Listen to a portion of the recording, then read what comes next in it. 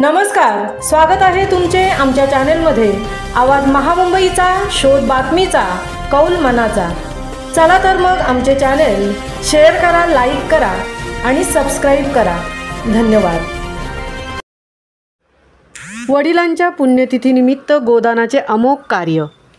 कैलासवासी विनायक गणपत खोलमकर यांच्या पुण्यतिथीनिमित्त सौ रत्नप्रभा वेल्हेकर यांनी व त्यांच्या कुटुंबियांनी श्री केशव गोधन समृद्धी केंद्र यासकडे 2 गायींकरता ₹1,20,000चा धनादेश श्रीमती उज्ज्वला चंदनशिव, अध्यक्षा उज्ज्वल भविष्य सामाजिक संस्था यांच्याकडे दिला आणि एक अनोखा पायंडा समाजामध्ये रूढ केला।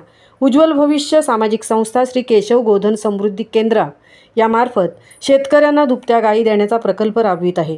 वसुबारसपर्यंत 100 गायी 100 गरजू शेतकऱ्यांना देण्याचा मानस अध्यक्षा श्रीमती उज्ज्वला चंदनशिव यांचा आहे।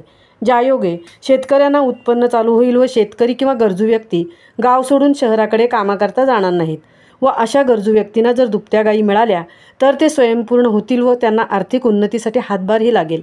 अशा सामाजिक विचारांनी श्री केशव गोधन समृद्धी केंद्र चालवत आहेत। समाजातील सदन व्यक्तींनी गोदानासारखे पुण्य कार्य करून आपला आध्यात्मिक उन्नतीचा मार्ग तसेच समाजाचा गरजू लोकांचा उन्नतीचा मार्ग तयार करावा असे आवाहन याप्रसंगी डॉक्टर राजाराम हुलवान, अध्यक्ष माणुसकी प्रतिष्ठान यांनी केला। समाजातील शहरातील लोकांनी जर पुढे येऊन उज्ज्वल भविष्य सामाजिक संस्थेमार्फत चालवण्यात येणारे हे गोदानासारखे उत्कृष्ट कार्य करता स्वतःहून पुढे येऊन मदत करावी, ज्यायोगे गावांमधील लोकांना रोजगाराची संधी उपलब्ध होईल, तसेच दूध दुभते शहरात व गावात उपलब्ध होईल आणि ग्रामीण भागाची समृद्धीकडे वाटचाल सुरू होईल, असे डॉक्टर नितीन गांधी यांनी सांगितले।